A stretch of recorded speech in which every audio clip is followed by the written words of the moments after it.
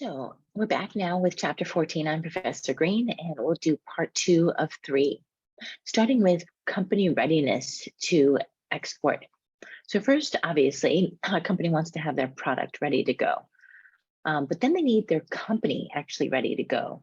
There are 5 or so different modules here that can contribute to company readiness. First, they want to have competitive capabilities in the domestic marketplace. So they want to make sure that they're being able to survive at home as an organization. And then they want to have some good motivation for going international. Hopefully that is, a lot of opportunity. There's a big market that they'd like to get into, make more profit, etc. Then we need a commitment of the owners and top management, right? Because as we said, there's going to be a lot of time and effort spent pursuing these activities. So we want to make sure that all of leadership is on board. Then we want experience in training. So maybe hire some people who have experience working abroad, train your people in-house when it comes to maybe cross-cultural readiness, understanding what the laws are, etc. And then lastly, we want to make sure we have the skills, knowledge, and resources. And so, making sure that we have access to those websites and organizations that can help you or help an organization. So once we have both the product and the company readiness, then that'll lead to our company's overall readiness to export. Export and import financing. Obviously, sometimes there is a lot of lack of trust, and this can be due to, a language or a culture differential. It can also be due to, developing businesses in developing countries, because sometimes there's an underdeveloped legal system that is hard to enforce obligations. So you don't want to ship a product to a country and then have the importer not pay, and you're not being able to follow up to get your payment. So exporters and importers have to trust someone who may be able to, who may be difficult to track down if they default on an application. As I was just saying, each party has different preferences, right? Exporters usually prefer to be paid in advance when they're going to send out the object, the product, while importers prefer to pay after the shipment arrives, when they know that actually you're going to have the product. So problems arise from this lack of trust. They can be solved using a third party, typically a reputable bank. So hold on, because we're going to go through a very exciting but can get complicated process over the next couple of slides. So first, we just want to, first lay out, if you were exporting from the U.S. and importing into France, what would be the preferences of those two parties? So if you're an exporter and you want to send handbags to France, that the importer, you want the importer to pay first before you ship out your product, and then the exporter then ships the goods after they've been paid. But the French importer obviously is on the other side. He wants you to the exporter ships the goods first to the French importer, then the importer pays the goods after they're received back to the American importer, right? So two different ways to look at it that obviously disagree. So what can you do? You can get a third party, a bank. And this is a really interesting process here that kind of a simplified version of what truly happens. But the idea is that the importer, so that French store, French boutique, obtains a bank's promise to pay on behalf of the pay on the importer's behalf. And so that's really helpful. So the French importer gets a note that says that they will pay, the bank will pay if the importer themselves do not pay. The importer then pays a fee to this bank for this what's called a letter of credit. So they connect with the bank. Then the bank promises the exporter that they will pay on their behalf back to the American importer. Then the exporter ships to the bank, in theory, right? Trusting the bank's promise to pay. So now they're going to ship that handbag technically to the bank because they know that the bank will pay them eventually. Then the bank pays the exporter. And then after that, the bank gives the merchandise It actually doesn't go to the bank. It goes to like a logistical location that does these types of work. Then the bank gives the merchandise to the importer. The importer, that French boutique, then pays the bank, and then the bank has its money, and we're all set. So as you can see now, we're trusting some banks to get involved and some reliable sources. Let's go through what those documents are. The first one is that letter of credit. It's issued by a bank at the request of an importer.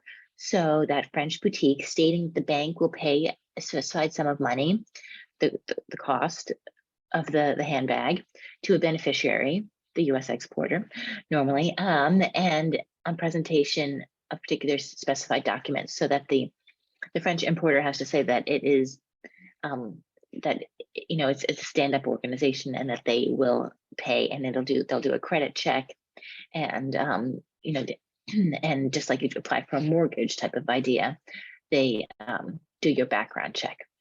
It's attractive because both parties are likely to trust a reputable bank, even if they don't trust each other, which is really great.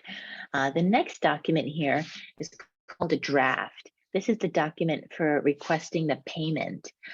So most export transactions and orders written by the exporter instructing an importer or an agent that they have, another person getting involved, another agent getting involved, to pay a specified amount at a specific time. And so it's also called a bill of exchange. And often, right, the slight draft is payable on presentation to the drawee. So when they get the items, but you can also have a time draft, which allows for a delay in payment, allowing that person to, 30, 60, 90, or even 120 days, and that part is negotiable. The third term, if you're going to go into import-export, is called a bill of lading. And so this here is issued to the exporter by the common carrier transporting the merchandise. So this serves three purposes. So this is the receipt. So the person the man that's actually on the ship carrying the documents across the Atlantic Ocean, he's holding this bill of lading, and then he hands that eventually to the exporter, saying that, okay, I've taken the goods. It's a contract saying that you have exported those goods.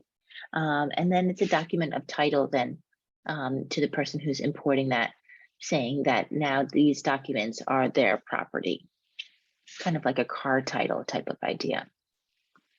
So three main terms that we think about when we talk about importing and exporting. As I said, there are people that spend their full-time jobs filing and processing and dealing with these types of documents on a regular basis. So let's look at the next slide, which really tells this full story as to what happens here. First, we have the American exporter with their handbags. The importer orders the goods. And so that French boutique wants these handbags. Here's the French importer. Then the exporter agrees to, so I should have started here. The French importer orders the goods. The American exporter then agrees to fill the order, says, okay, you can have 10 handbags.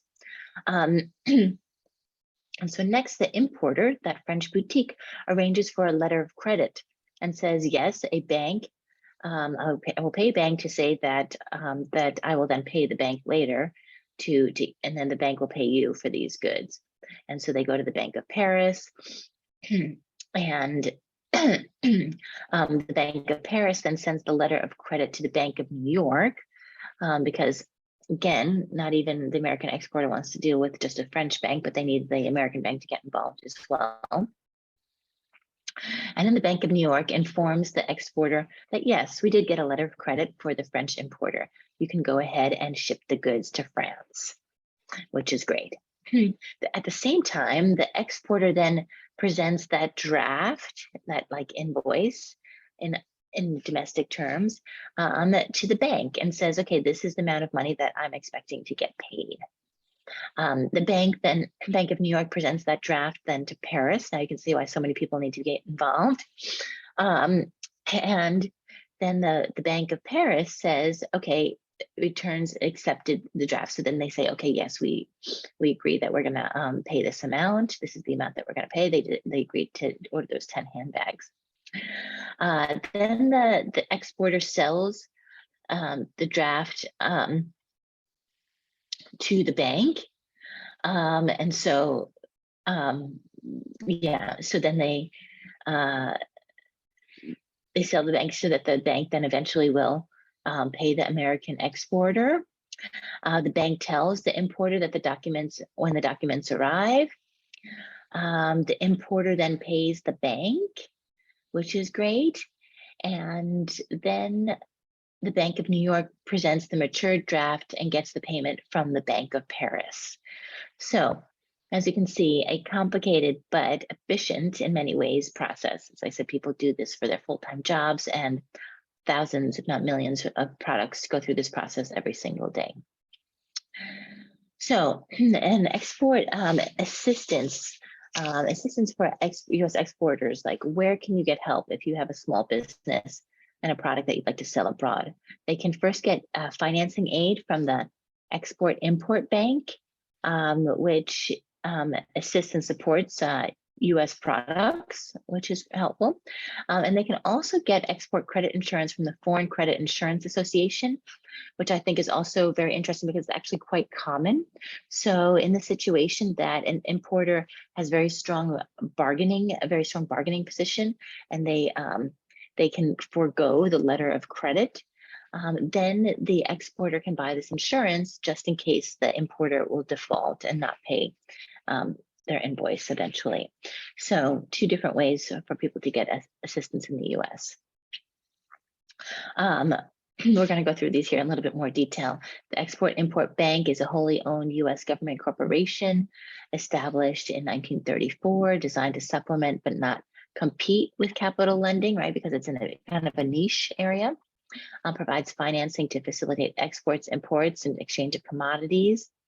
Has a direct lending operation to lend dollars to foreign borrowers for use in purchasing US exports as well, which is really great, right? So it not only does it help US small businesses, but it helps other people invest in our country. A nice, fun, interesting fact that I thought was good about this Exim Bank is that 85% of the transactions support small businesses. So that's why I keep mentioning small businesses, because it's most common. When we talk about import and export, also 112 billion was in exposure in 2014. So they do a lot of money, dealing with a lot of money and a lot of credit.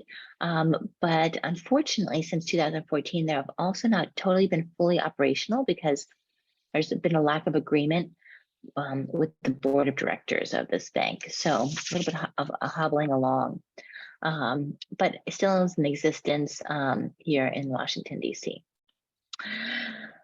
Right, maybe that's why Australia and all these other countries headquartered in Washington, because the bank is there and many other entities that can be helpful.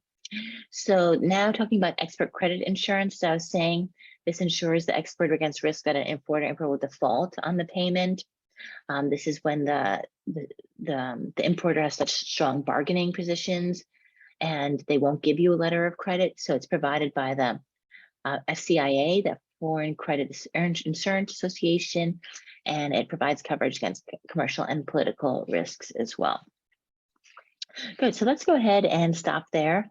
I'll talk a little bit about Marlin Steel and the aerospace industry in the next set of slides, right, that they too buy insurance, even though they are dealing with large aerospace industries, but they deal with countries like Brazil, potentially, where they maybe have some political risks.